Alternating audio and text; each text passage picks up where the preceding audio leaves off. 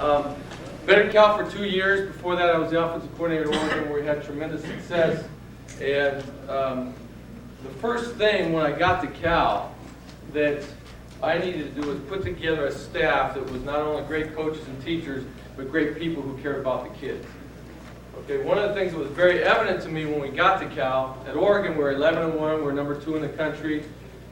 The way the kids carried themselves, okay, they had tremendous self-confidence, tremendous self-esteem. The way they carried themselves was obvious. When we got to Cal, they were 1-10. 1-10. And you talk about the difference in body language between a team that's 1-10 and 11-1 is unbelievable. It really is. So self-esteem, confidence, those are the type of things that we really needed to work on at Cal to get it going. And tell you a little bit of story. You know, our very first team meeting we're in, and I'm explaining to the team about the importance of being able to run the ball off tackle, that most games are lost by the inability to run the ball off tackle. If we don't dominate the line of scrimmage, we don't own the line of scrimmage, if we can't control the ball off tackle when it really counts, that's where most games are lost. I looked down in the front row and this kid was sleeping. I said, "Hey Johnson, wake up and tell me where most games are lost." He woke up and he said, "Right here at Cal, Coach." So, right then, that's when I knew we had a big challenge for us. Okay? So it's been a great 2 years. The first year we won 7 games, and this last year we were fortunate enough to win 8 and go on and beat a tremendous team like Virginia Tech in the Insight Bowl. What we're going to talk about today is we're going to talk about some football philosophy a little bit, offensive philosophy. I don't know what's on your sheet as far as what we're going to talk about, but we have 3 hours. The first 2, it should be offensive 1 and offensive 2 as part of the offensive package. Okay, we're going to start out by talking a little bit about philosophy, about what goes into what we feel is important. And, you know, I want to say this, it can be done a lot of different ways. You know, our way is not the gospel. You know, there's a lot of different ways to skin a cat. And so, you know, what we do, we believe in, but everyone has their own philosophies and thoughts. And not to say ours is right, but it's something that we believe in. So we'll talk a little bit, you know, I don't know exactly how, you know, in the offensive package, part 1 and part 2, I don't know exactly how long they're going to go, but we'll go for about an hour, and then we'll just kind of keep rolling. We'll give you a 5-minute break or something, then we'll come back and go through the rest of it. And then the third hour is going to be about quarterback development.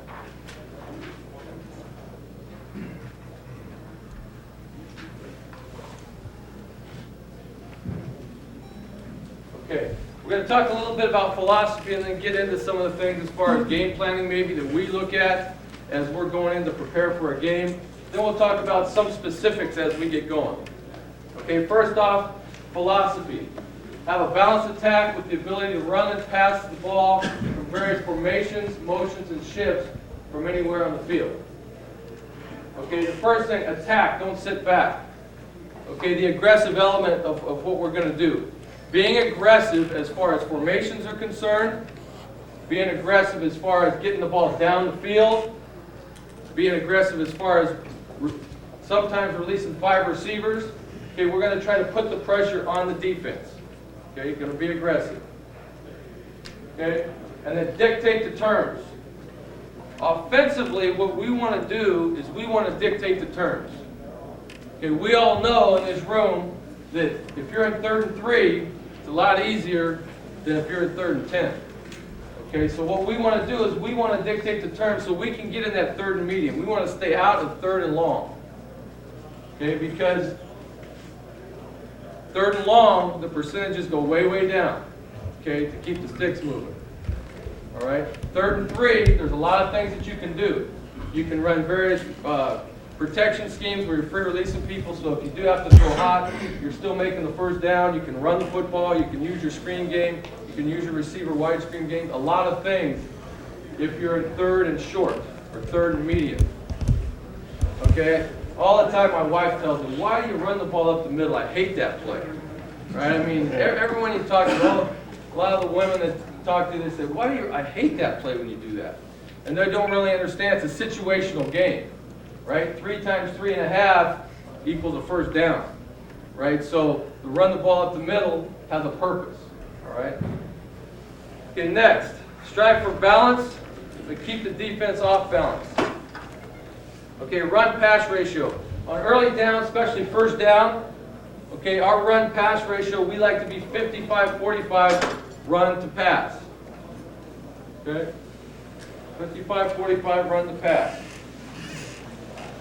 And then keep the defense off balance. Okay? Keeping the defense off balance with different types of runs, different formations, short passing game, short control passing game, to keep the defense off balance. Okay, and we will talk a little bit about more how to keep the defense off balance as we move along here. Okay, and then avoid predictability, down and distance. Okay, self-scouting ourselves, we do weekly, and we do during the game. So one of the major questions that I ask at halftime as a play caller, I will ask, what was our run-pass ratio on first down? Okay, to make sure that we're not getting too predictable on what we're doing on first down. Okay?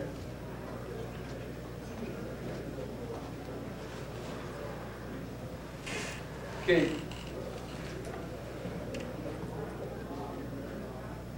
Then we go with mini plays, game plan for all formations. Okay, we are huge on this. Okay, what we do in our preparation, we are going to find a formation that we can lock them into something defensively. All right, we run about every formation known to man, I think, and it takes a long time on Sundays when we go in there to break down that film. We're going to look at all those formations. If we can find a formation and that defense locks into something, you can bet we're going to have a big game plan out of that formation. Okay? With the same concepts, hopefully. Okay, so we're not getting into a situation where our kids are having to learn a lot of different concepts, but we can run the same concepts at a multiple formations, but if we can lock them into that, that's what we'd like to do. Okay, so many plays, game plan for all formations. Okay, utilize various groups, formations, motions, and shifts. Okay, changing of strength. Okay, and we'll watch some tape on this a little bit later as we get more specific with it. But we want to change strengths so that the defense has to communicate. All right. One of the things we don't want to do is come out and line up in the same thing every time, so the defense knows exactly what's going on. They know you're in two backs, you're in heavy set. Okay, these are the plays they run out of it. You know, so on and so forth. Okay, they know their gap control. They know who's got support. They know all those things. Now you start changing formations. You take the tight end, you're shifting them, you're moving people around. Now they have to communicate.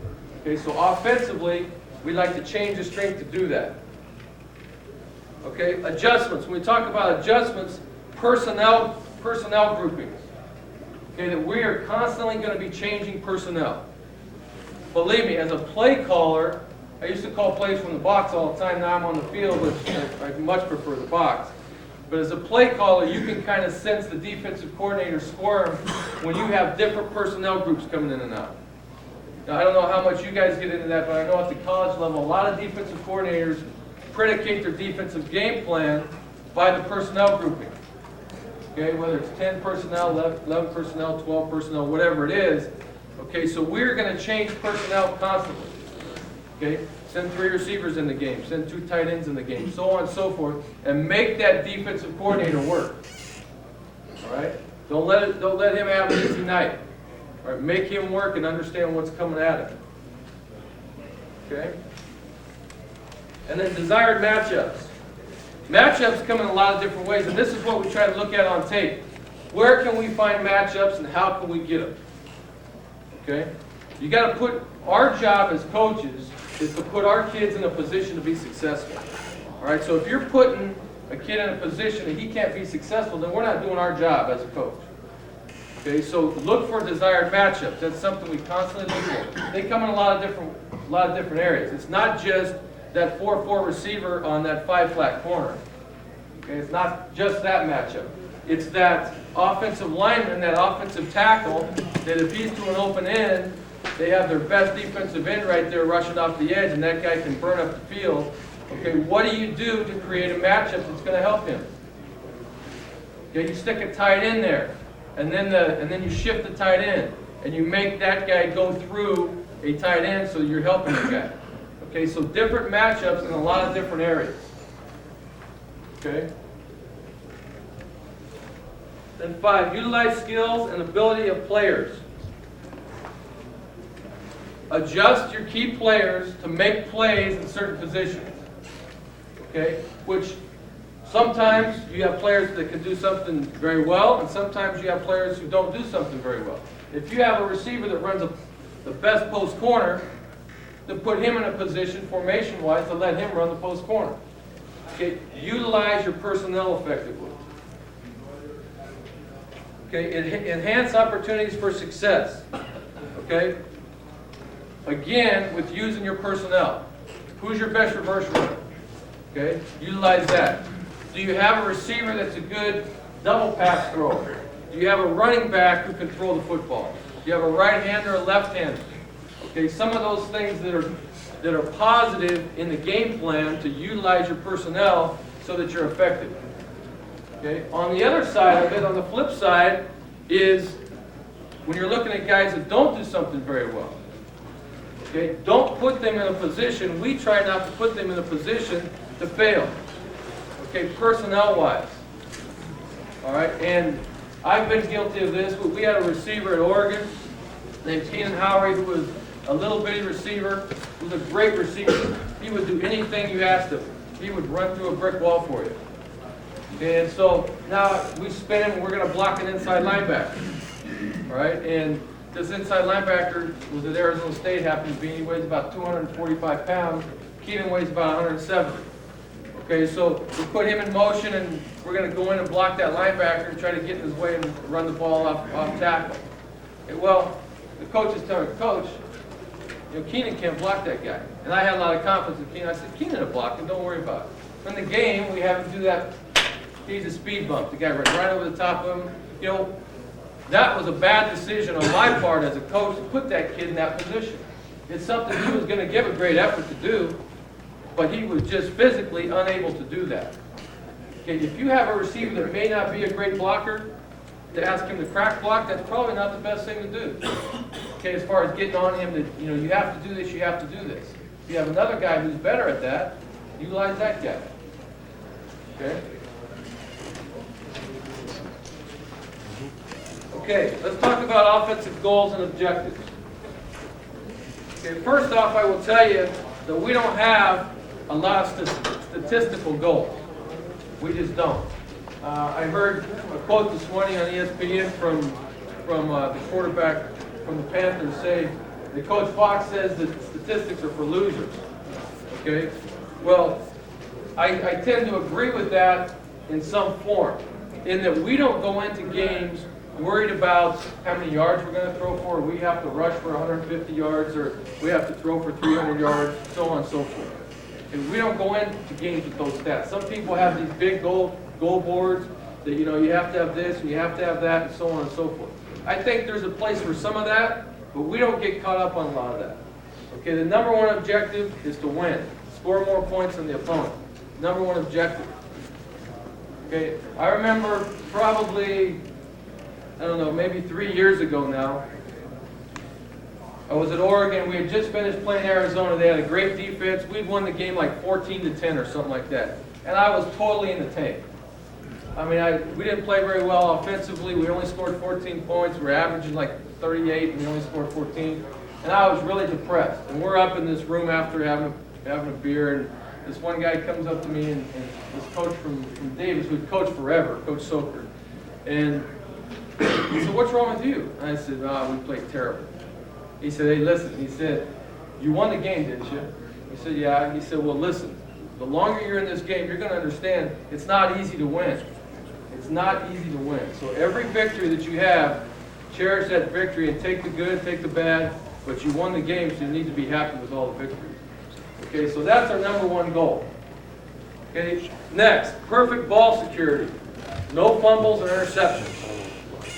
Let me talk about this a little bit because this is critical. When you talk about stats, I believe that this stat is critical. Little story. The year before we got to Cal, they were minus 18 in turnover ratio. Minus 18. Okay. Our first year there, we were plus 18. Okay, that's a flip of a change of 36 turnovers. Okay, now we went from 1-10 to 7-5 on the turnover. We had the best turnaround in college football that year, win-loss wise. Okay, there is a direct correlation between turnovers and wins and losses. There's no doubt about that. Okay, so to keep a stat as far as turnovers are concerned, I think is critical. Okay, I'll tell you what we do to focus on that, or lack of turnovers. Okay, first off, when you talk about interception, sometimes you can't get away from interceptions. It just happens. Okay, a ball gets deflected off a lineman, a DB, a receiver, he doesn't catch all the balls, whatever. So sometimes those happen. But for your quarterback to make the right decisions or correct decisions and throw the ball where he's supposed to throw the ball, that's critical. Okay, that he's making the right decisions and we're not throwing into coverage. Okay, the fumble part of it, we do a thing in practice called the hawk drill. Okay, and what it is we have the offense and the defense compete. All right, to where the defense has to strip the ball away from the offense. Okay, we do this and interceptions count too. So we will do this in 7-on-7. We will do this in our inside run period and then in our team period. Okay, and what we do is we play for conditioning. Okay, so if the defense is able to get 3 turnovers in a practice, they don't have to run conditioning. Okay, if the offense doesn't turn the football over at all, they don't have to run in practice. Anything else in there, the whole team runs. Okay, so it really heightens the awareness of protecting that football. Okay, the pressure points. Everyone who carries the football for us understands the pressure points. Okay, the fingertips, the forearm, the bicep, the rib cage. Okay, if it gets away from that rib cage, they're going to hear about it. Okay, we are going to make sure that we're conscious of ball security for who's ever carrying that football. Goes to defensive players as well. Okay, I was walking around practice early this season in camp, and I was watching the linebackers, and they're doing a little drill where they're breaking on the ball and catching the ball. Okay, none of them were putting the ball away. Now they become ball carriers. They need to know how to protect that football. Okay, so you need to teach everyone on your team how to protect the football. Whether a defensive lineman scoops it and running, how do you carry the football? How do you protect the football? Okay, so we spend a lot of time on that. Okay, so ball security. Eliminate penalties. Okay, and when we talk about eliminate penalties, they're going to happen from time to time, but the mental mistakes is something that we cannot have. Okay, they cannot have mental mistakes, things that they can control. From time to time, we're going to get called for holding. Guys are trying. Okay, from time to time, that's going to happen. Okay, but the mental mistakes, we need to limit those. Okay, strive to establish and maintain field position. Now, this is something that I will talk to the offense about, in that sometimes we have got to reserve the right to punt. Okay, which, if the offense is feeling that way, they don't have to force plays to make bad decisions. Okay, so there's going to be a time. There's going to be a time where we're going back and forth. You know, we're playing a good team, and we're going back and forth, and we have to punt. There's nothing wrong with punting. Let's not make a mistake here. Let's punt the ball, protect the punter, punt the ball, create some field position, and maintain field position. Because sooner or later, if we do that, we're going to win. Okay? It's the team that makes mistakes because they're trying to force things. Now the ball's going the other direction, field position changes, so on and so forth. So we will talk to the offense a lot about, hey, there's nothing wrong with punting. Okay? Make good decisions. Throw the ball away when you need to throw the ball away. You don't throw it into a crowd. If it's not there, that's fine. Throw it away. Let's go up the field. We'll punt. Okay, and we'll rely on our defense, and then we'll come back. Okay, so nothing wrong with that. Strive to establish and maintain field position. And then make big plays. Okay, sometime during the game, somebody's going to have an opportunity to make a big play. We have got to do it. When it's your turn to make a big play, make a big play. That's plain and simple. You can draw as many plays on the board as you want, but unless a guy can make a big play from time to time, and they come in a lot of different areas. Big block, Big run, big catch. Okay, alignment, the ball gets intercepted and the guy's going down the sideline. A big play would be catching him at the 1 yard line and keeping him out of the end zone. Okay, so make a big play when it's your turn to make a play. 100% in the red zone. Okay, very important that when we get in the red zone, we come away with points. Obviously, we like touchdowns, but it's very important that we come away with points. This last season, we were not as good as we were the year before. The year before, we were about 95% in the red zone. This year, we're around 88%. So we need to work on that. If we want to be 100% in the red zone, coming away with points each and every time. Okay, and treat all setbacks as temporary. I was just talking to Coach Starr here a little while ago, and he was saying that was a great victory against USC. And I'll tell you, we preach to our team that there are going to be times that there are setbacks in a game. There's no doubt about it. A game never goes perfect. Has anyone in here ever been a part of a perfect game? I don't think so. It doesn't happen. Okay, there are going to be times, especially when you're playing good teams, that they're going to make plays. Okay, when you're playing USC, they're going to make their plays. Plain and simple. Way too many of them, I might add, but they are going to make their plays. All right? But the thing about that is, the thing that I've been proud about our team last year was how they responded to setbacks. They treated them all as temporary. When we were playing SC, we jumped out to a 21-7 lead or whatever. It might have been 21-0, I can't remember now. And then we had a chance to bury them in the first half. We were inside, and we threw another interception. We threw an interception in the end zone that would have put us up by 28-7. Okay, then we got the ball back again, and we fumbled on our 30-yard line.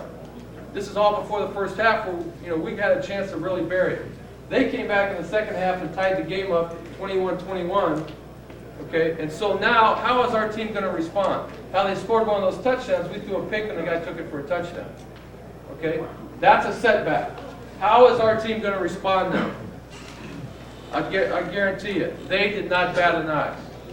They did not bat an eye. They hung in there. Now we get into overtime. We get 2 field goals blocked, spiked right back at us. Okay, we came up with turnovers. All right, we ended up winning the football game. But our guys did not get down. They treated the setbacks as temporary and kept on keeping on. Okay, that game was one of them. Stanford game, we're down 10-0 at halftime. We turned the ball over 5 times in the first half. Totally unlike us. Come back and win 28-10, I think. Okay, in the bowl game, we go down 21-7. The team didn't even flinch. They came back, took a 2-touchdown lead. They came back, tied it up. We ended up winning 52-49, something like that. All right. My point is this, though. If your team does not panic, they have a much better chance, and if you practice that way, you have a much better chance of responding that way in a game-type situation. Okay? Even though I may get frustrated at times with things that happen, I really try to maintain my composure because who is the players looking at to kind of feed off of? Okay, they're looking at the coaches to find out if the coach is throwing his headset down, spiking his headset, ranting and raving and all that, how's your players going to respond? They're going to do that. Okay, so what we try to do, what I try to do, is I try to stay very calm about all those situations. Okay, so that our players get a feeling of, don't worry, we're okay here. All right, and that's the way we practice too. You come to our practice field, you are not going to hear a lot of yelling and screaming. You're going to hear a lot of teaching. You're going to hear a lot of communication going on. If they made a mistake, why did you make that mistake? Tell me what you're seeing. What are you thinking? Okay, they don't want to be yelled and screamed at. I guarantee you. Okay, we have had very positive response with our players because we teach them, we coach them, we communicate with them. We don't yell and scream at them. Okay. Okay, and then play snap the whistle for as long as it takes to win. That's something that you should never have to coach. You're having to coach that, but that's something that we make sure that we're flying around and we're in a position to make a play when it's time to make a play. Okay? And we talk about this all the time. If the ball's on the ground, are you flying around and playing snap the whistle? Because if the ball happens to be on the ground, you're in a position to get it. If you're playing snap the whistle, you may make that critical block at the end of that play so that running back can score.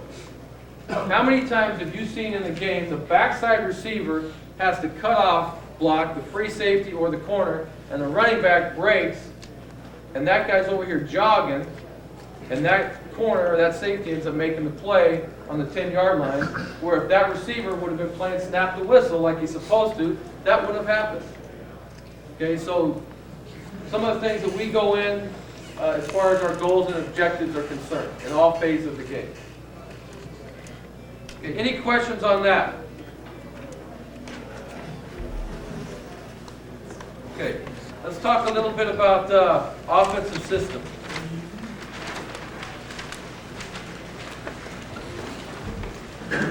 Some of this stuff may be very basic, and so if it's too basic for you, I'm sorry. But I want to make sure that you know what we keep in mind all the time. Because sometimes I think as you know that first part of your playbook, it talks about your basics, your cadence, this, that, and the other thing. Sometimes you forget to utilize those things, right? I mean, something very simple as cadence, you don't utilize it. You know, so we constantly have to go back and make sure, are we doing the right things with the basics and the fundamentals? Because a lot of us get caught up in drawing all these elaborate schemes and plays and so on and so forth, and forget about the basics and the fundamentals. Okay, so offensive system. Believe that as an offensive system, we need to have a system that the players can hang their hat on. Okay, something that doesn't change every single week, that you're changing things or memorizing new things every single week. We want a system they can hang their hat on, so it's very easy to make adjustments and it doesn't blow the players' minds. Okay, because we all have to remember, it's not what we know as coaches, okay? It's what we can get the players to understand and execute. Okay? So an offensive system that they can understand. Okay, user-friendly terminology. Okay, so we need to be flexible with their terminology. Right? Anybody in here ever go into a game week and you come up with a new play and you're thinking, you know, what can we call this? I wish somebody would write a book on that, because you know I'm looking through the thesaurus and the whole thing all the time trying to figure out what to call a certain play. Okay, our terminology, we need to make sure that we're flexible with it, but that it fits into our scheme somehow. It's not something totally new that the players have to memorize every single week. Okay? Clear and concise. Very important that we don't have things that sound the same. Okay? To where when we're in the huddle and there's 70,000 fans screaming, that in the huddle they can understand exactly what's being said. Okay, like we need to change a couple things in our offensive system right now. We have a play called 22 fan and 22 wham. Okay, in the heat of the battle, those things sound very similar. Okay, so you either need to put a different word to it, or you need to put a different number to it. You need to tag it somehow, or we need to tag it somehow, to make sure that our players don't get confused by it. Okay? Because if we're running 22 fan, and that guy who's doing the wham block thinks we should be running 22 wham, that backs him for a headache, right? So we need to make sure that we're understanding what the terminology is, that we're clear and concise. Okay, we try not to be too verbal. Try not to be too verbal. Because what do you have to take in consideration of? Either you're going to signal the play in, or you're going to run the play in. Okay, I've seen where a lot of people are just yelling from the sideline, you know, like that. But still, if you're too verbal, you're never going to get that in. The clock's ticking, so on and so forth. So we try to limit that. If we run into a situation, anybody in here signal plays in? Signal plays? Okay, because it may, and we use this, we use 7 as the maximum amount of words that we're going to use for a play. Because we have found that if it's any more than 7, and the quarterback does this and says, I didn't get that, give it to me again, you're in trouble. Okay, you may think that, you know, you get up into 8 signals, 9 signals, and there's signals you guys do all the time, right? And so you think you can get away with it. It only takes that one time where halfway through the signal, the quarterback says, no, what did he give me? He does that, and now you have to start over again. Okay, now it's delay a game, and you're panicking, you're rushing the line of scrimmage, and things just aren't right. Okay? So we try to limit that, not be too verbal. The other thing that we do, and I'm sure all of you guys do, is we use card calls on our wrist. Okay, and what that's used for us is either new plays that we're not used to calling, or plays that are too long, plays that are over 7 signals long. Okay, and we vary. Sometimes some weeks we'll go in with 14 card calls. Sometimes we'll go in with 33 card calls. Okay, it just depends on the game plan that week. Okay, and I'm sure everyone has different ways of doing it. If you want to talk about how we do it on our card, I'd be glad to talk with you after that. You know, after we talk here. Okay, and then a motion package. Okay, now this is something I really believe in to make sure that we're clear and concise on what we're doing. When we have motion, I used to be in a system where we'd say zoom split right. You know, meant Z zooming across the formation, or zip. Okay, zip split right. You know, told them it was Z short motion or what have you. Okay, you have all these different motions. Well, I have found that we use a motion package that designates the exact person who's motion and exactly where he's supposed to be. Because how many times have you had a motion that's coming across, and on one play he wants to end up here, on the next play you want him to end up here and secure the edge or something, right? Or he needs to get all the way outside the receiver, but it's still a zoom motion. And he's just got to memorize that now he needs to get to that point on that play. All right, so what we do is we say exactly where he's going to motion to. So if we said right split Z7, okay, the Z will motion across to the 7 hole, which means in the middle of the formation between the X and the tackle on that side. If we said Z5, he would come just outside the tackle, and now normally he puts those together as far as if you're in 5, you're going to release and block the 4th man in the run game scheme. Pass game scheme, he's going to run his route. Okay. If you said Z9, okay, right split tight, Z9. Now where's he going? All the way outside. Okay. If you said right split Z seal 5, we put a term on there, seal, which means he's going to take over the blocking scheme for that tackle. So as that tackle's getting up to the backer and he needs to seal the defensive end, we've told him exactly where to go and what to do. Okay. You can use it for anything. Okay? Bump right twin out, T5. Bump right twin out tells our tailback to bump, twin out, and then say T5. Where's he motioning to? He knows exactly where to go. Okay? So we use numbers to tell whoever. Okay, X. How many people have motions for X? And you use words. Pretty difficult to come up with X terminology to get X to motion across the field, right? I mean, X-ray and all this stuff. It's hard to use X words. Very simple, though, if you say X5, X9, X8, X6. Okay? Y, H, fullback, whatever it is. You just take the letter that you have designated for your player and you tell them exactly where to go. Okay? Which has cut out a lot of confusion, a lot of memorization for our guys. Okay? All right. Let's talk about utilizing effective snap count. Okay, something very basic. Very basic. And we've been doing it since we've been 8 years old with cadence and snap count. Okay, but I truly believe that it's something that's underutilized because you either get caught up on always going on one or always going on set or whatever it is. These are the things going into games that we make sure that we take a look at. Okay? Which plays can we use and go on a quick count?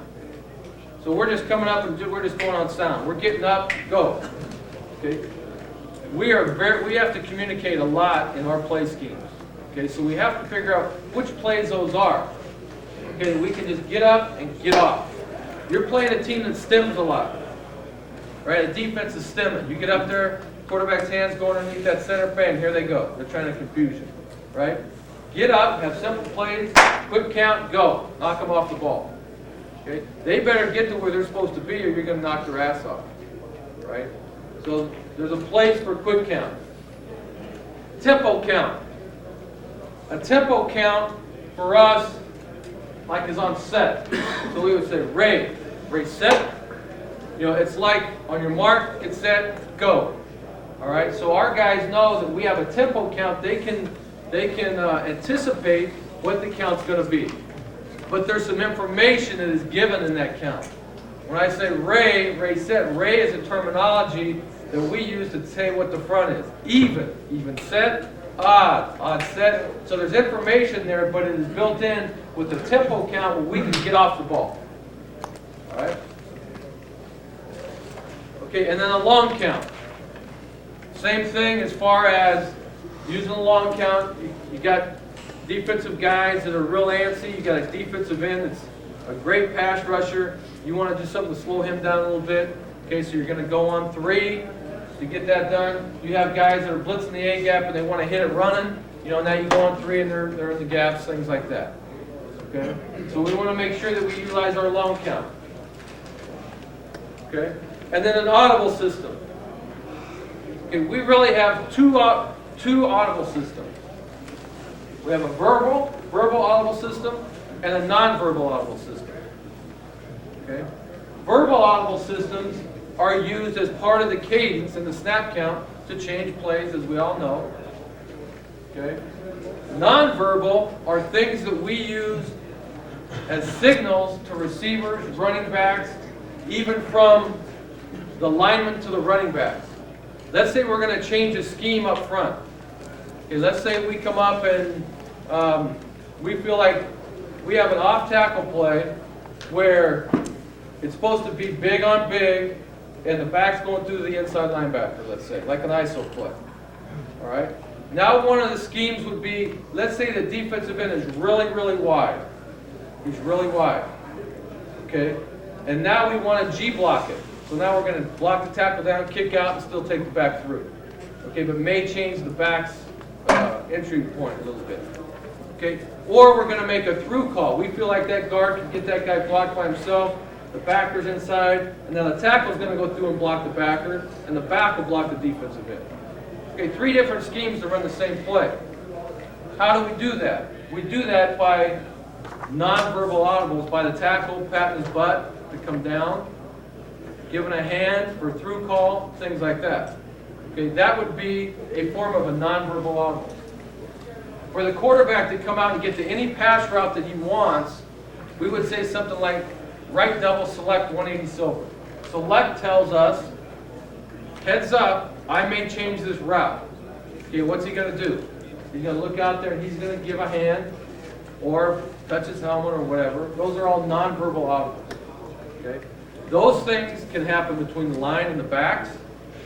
They can happen between the tight end and the backs. They can happen between the quarterback and the backs, the quarterback and the receivers. Okay, those are ways to change the plays that we have that are verbal and nonverbal. Okay? There are times in our audible system, though, that you may come up and you don't want to change the protection. You just want to change the route. Okay, so you don't want to have to get into red, blah, blah, blah. Red, blah, blah, blah. The protection stayed the same, right? You don't want to change the protection. All you want to do is change the route. So don't get into a big verbal thing where all you got to do is give a simple signal up there. Okay? Okay, and then packaging system.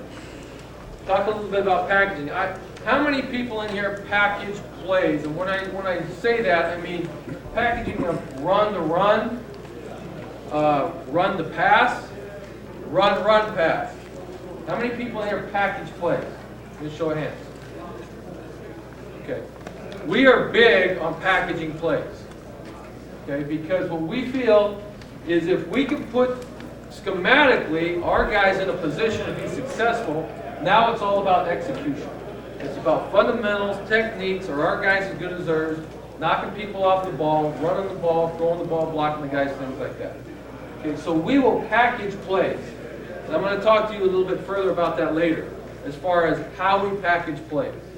But in your cadence, you need to allow for the packaging of plays if that is something that you want to do. Okay, and then of course, the no huddle or 2-minute offense has got to be conducive with your cadence and your snap count. So you have to make sure, or we try to make sure, that that cadence is the same and fits in as a 2-minute no huddle plan, the same as it does in our normal offense. Okay, how do we call all those plays that we want to run at the line of scrimmage?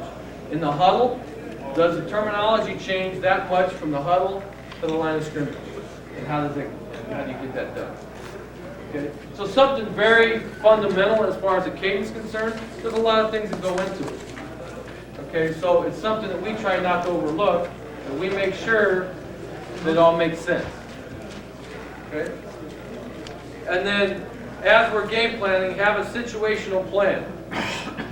Situational plan as far as whatever, whenever, and wherever.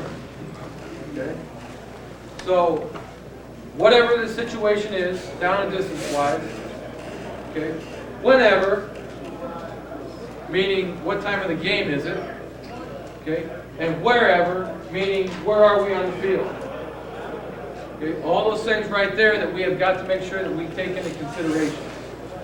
All right, a situational plan, whatever, whenever, and wherever. Okay, some of the things, and again, very fundamental. We're going to go. These are the things that we plan for during the week. Red zone. We break it down from the 20-yard line, from the 10-yard line, and the 5-yard line. Okay. Now, one of the things in play calling, you know what? And I think I still have the Virginia Tech game plan here. I do. One of the things that I have really benefited from, as far as the red zone plan is concerned, is I will take from the 40-yard line in and make a grid. This is pretty ugly. But usually when it looks like this, it's a good thing because you got water pouring on you. So that's a good thing. That means you want it if it looks like that. But anyway, this is the 40-yard line in down to the goal line. Okay, and I will take and write on here exactly the plays that we're going to run from the right hash, the middle of the field, left hash, and take it all the way down inside. So when we get inside the 40-yard line, this is all I look at right here. Okay, I will take a look at this because most of these plays right here, these are touchdown plays.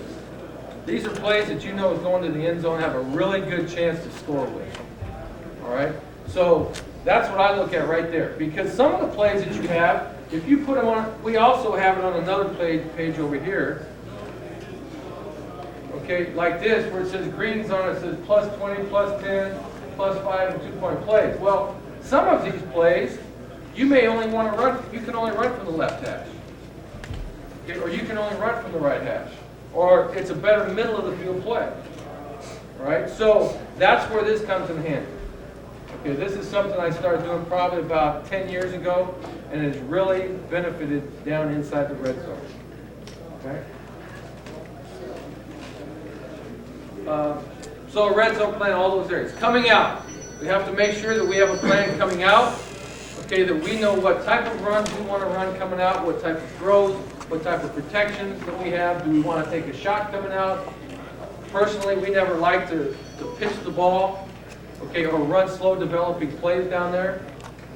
All right. And then short yardage and goal line. Okay, we need to make sure we have a plan for that. Our 2-minute game and our 4-minute game. Okay, 4-minute game. How many people in here prepare for 4-minute drill? And know exactly what plays you're running a 4-minute drill. Let me see a show of hands. 4-minute drill. Okay. The thing, when you get in a 4-minute drill, you need to hang on to that football. It's a lot better through the week to think about it than all of a sudden, you know what, we have got to hold the ball, we're going to win the game. What are your best plays? What are they going to do in the 4-minute drill? They're going to heat you up. They are coming after you. Okay, they know you have to run the ball. They know how you have to eat the clock.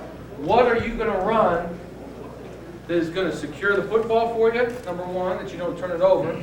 Keep the clock running so you're not running out of bounds with perimeter plays. But what is your 4-minute plan? If it is throwing the ball, what is it? How are you going to protect that all-out blitz? Are you going to move the pocket? You need to get the ball out of your hands quickly. Those type of things.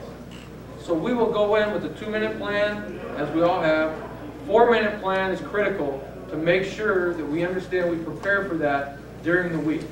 And we don't just wait for game time. All of a sudden, okay, what are we going to call now? All right, so we try to prepare for that early. 2-point plays, we try to go into a game with at least 4 2-point plays. Right now, you may get into a game and never have to run a 2-point play. Okay? There's been a lot of times when we've run, twice in a whole season we've run a 2-point play. But if you ever got into a game where you needed more than one, that's a helpless feeling where you have to rely on that and you don't have it. So we're going to have 4 2-point plays going in. Okay, and then last play from. This is something that we always do. And again, on this game plan thing here, I'll show you where that's at. Okay, it says a little thing down here called game ending. And it says +5, +10, +15, +20, +25. Okay? During the week, we're going to figure out which plays, if it's the last play of the game, and you're in that field position, what is going to put you in the end zone? Okay, last thing you want to do from the 10-yard line is throw a 5-yard pass, last play of the game, and you don't get into the end zone. So what is going to get you into the end zone so if you catch the football, you win the game, or you tie the game, or whatever the situation may be. So we're going to plan that, and we're going to practice that. So it's not a surprise to our players. When we get in that situation, our players know that this play is coming. Okay? It's something they're prepared for. It's not a surprise. Okay? And then they also know what the objective is. The objective is to get into the end zone, and this play is called to do that. Okay? And then, of course, third down situations. We need to make sure that we have all our third down situations, third, short, medium, long, extra long, so on and so forth. A blitz package. Okay, what are our protections and our runs versus the blitz? Have you ever got into a game where this team hasn't blitzed all year long, and all of a sudden here they come? They're coming after you. All right, and now you have all these. You got all these open formations going on, and now they're blitzing you and they're killing your quarterback, and you can't. They're taking the handoff and the whole thing. Okay, what is your plan for the blitz package? It doesn't have to be huge, but you have a small plan for a blitz package.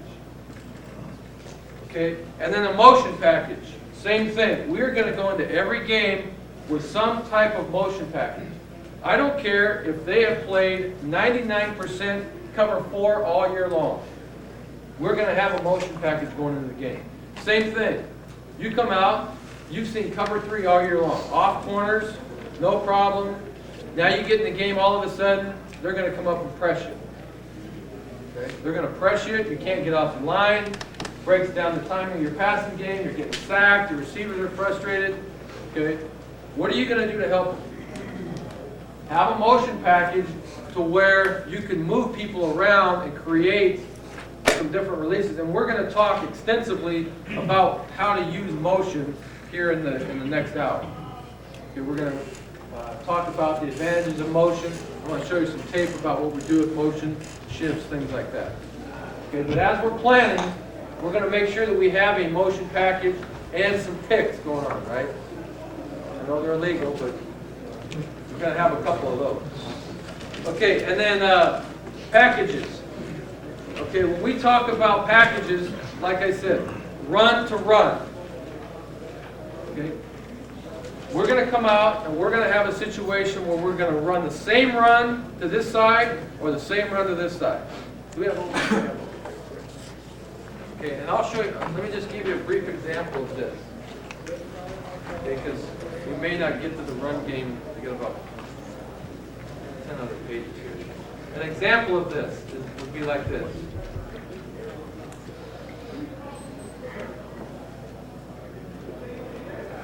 Let's say we get in a situation like this, in a too tight look.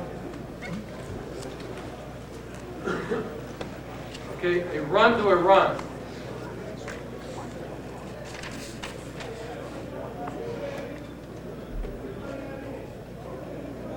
Okay, so we come out and we go, that's an off formation for us, we go right off, snap fan.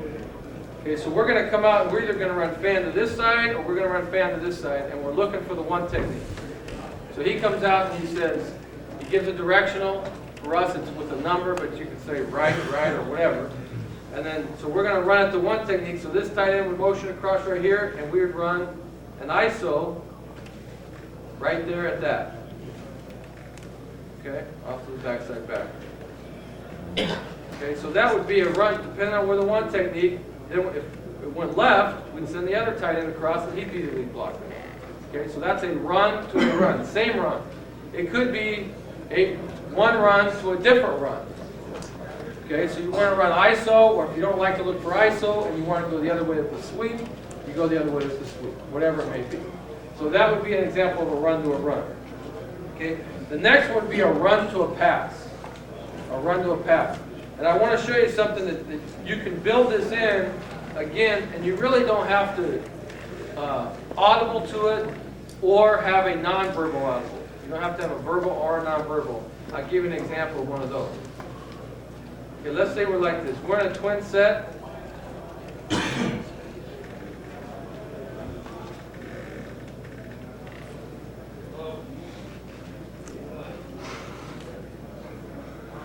Okay, something like that. Okay, and we call left twin 22 cut Z slip. Z slip or bubble. I'll show you the difference. Okay, so we're coming out and we're going to run 22 cut is play for us. It looks like this. Okay, and he's lead blocking on him, and these guys are scooping the backside, and they're moving to that. Okay, and we're reading off of that fourth defender right there. If that fourth defender is wide enough where that guy can be blocked, we're going to hand the ball off right here. We have numbers. We're okay. If we feel like this fourth guy is cheated in, and he's in a position that, number one, he can make the play on the run, and number two, he can't cover this guy, we're going to, a slip route would just be to stand there, and then he's going to go block him. Okay, so now the quarterback, all he's looking at is that fourth defender weak right there. That guy's in tight, he's going to fake it and pull it out and throw it to him. Now he's running. Okay, that would be with the slip. If we want to throw the bubble would be like that. Okay, so that would be left twin, 22 cut, Z bubble. Or if we're having a hard time holding up out here on this block, we would go left twin, 22 cut, Z slip. Okay, now that would be an example of a package that goes from a run to a pass.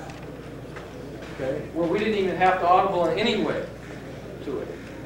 All right, it's just something that we're reading and we're making sure that we have positive numbers there.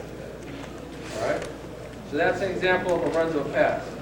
Now let's talk about a run to a pass.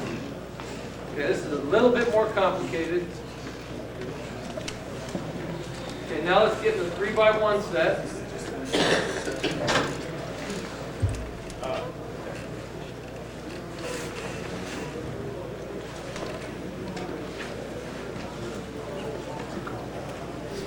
Okay, now we call this a package. We talked earlier about a package. Okay, that formation for us is right palm. So how we would call this in the huddle is we would say right palm, snap, speed package. Okay, the players know what's in the speed package. Okay, we have speed option, stretch, or 180 special. They know those are the three plays that is in the speed package. Okay, and this is how we look for it. We come out, we see three guys weak. Okay, right? And we're in a 3x1 set. We see three guys weak. The quarterback is going to say 17, 17. Okay, what that is 17 speed option. So now we're going to release to the backer. We're going to be there. We're going to come down. We got the three guys weak. He's going to option the end. Okay, we're off to the backside backer, and he's here. And we're running speed option weak because we only have three guys weak. Okay. Now let's say we get in a situation like this. First off, the quarterback will understand what a 3x1 set does. Okay? If they want to keep all the guys in the box to play for the run, they're only going to have one safety, right? Because they have to have an adjuster with the safety to go down there. Okay? If they want to play more coverage and play a two shell, what do they have to do? They have to break the box down, right? Okay, so now let's say we come out and we're getting a two shell like this.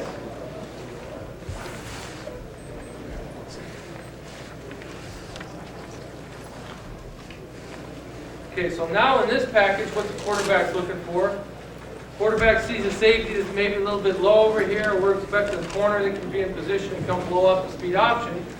Now what he's going to do, he's going to look out to that backer right there. It's a two shell. He knows someone has to break the box down. So can that guy be blocked by that guy? If he can, he's going to say 36, 36, and now we're going to run stretch to this side in whatever form you want to block stretch, whether you're zone blocking it or pulling people or what have you. Okay, but now we're going to run stretch to that side. Okay. The next thing would be, okay, so you had a run, a weak side run, you had a strong side run. Next thing would be this.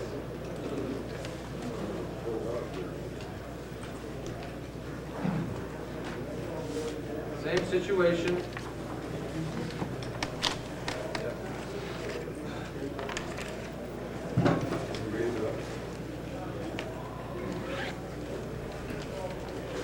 Good. Okay, now we have the same situation. We look over here to the weak side. We're not liking speed option over here for the reasons that I said. So now we look out, and that guy cannot be blocked. He cannot be blocked to run stretch. We're outnumbered over there. So now we're going to throw the ball. And the route we're going to throw is a little special route where that guy sits right there, and the tight end runs a little stick route. That guy runs a P8 to clear out the corner. Okay, and now we're just going to work off of that guy with the passing game. A little three-step drop, okay, like this. Okay, and now we're just going to work off that flat defender and throw the hitch to him or the stick route to the tight end. Okay, so what you have here is you have 3 plays, okay, and the way that you would go through this, right tom, and this is the way we would say it in the huddle, right tom, snap, speed package on set, ready, break. Okay, we come out, we look weak. We only have 3 guys weak. We're doing speed option, 17, 17, ready, set, there we go, speed option. We come out, see a 2 shell, 4 guys possible weak. Look out to see if that guy can be blocked. If he can, 36, 36. Great, reset. We're running 36 stretch. We come out, 4 guys weak. That guy's down where he can't be blocked. 18 special. And then signal special route in case the receivers can't hear it. 18 special. Great, reset. 3-step drop. I'm working. Okay. What does that do for you? Okay, as far as packaging plays, okay, you should be correct on any of those situations. Now it's a matter of execution, okay? And so you've tried to put your guys in a position to where you're not uphill on a play. You're not running into 4 guys. You're not running a speed option where the corner's going to come blow you up. You're staying away from negative plays, and you're giving your guys the best opportunity to be successful, okay? So as we look at that, let's see what the next thing is. Yeah.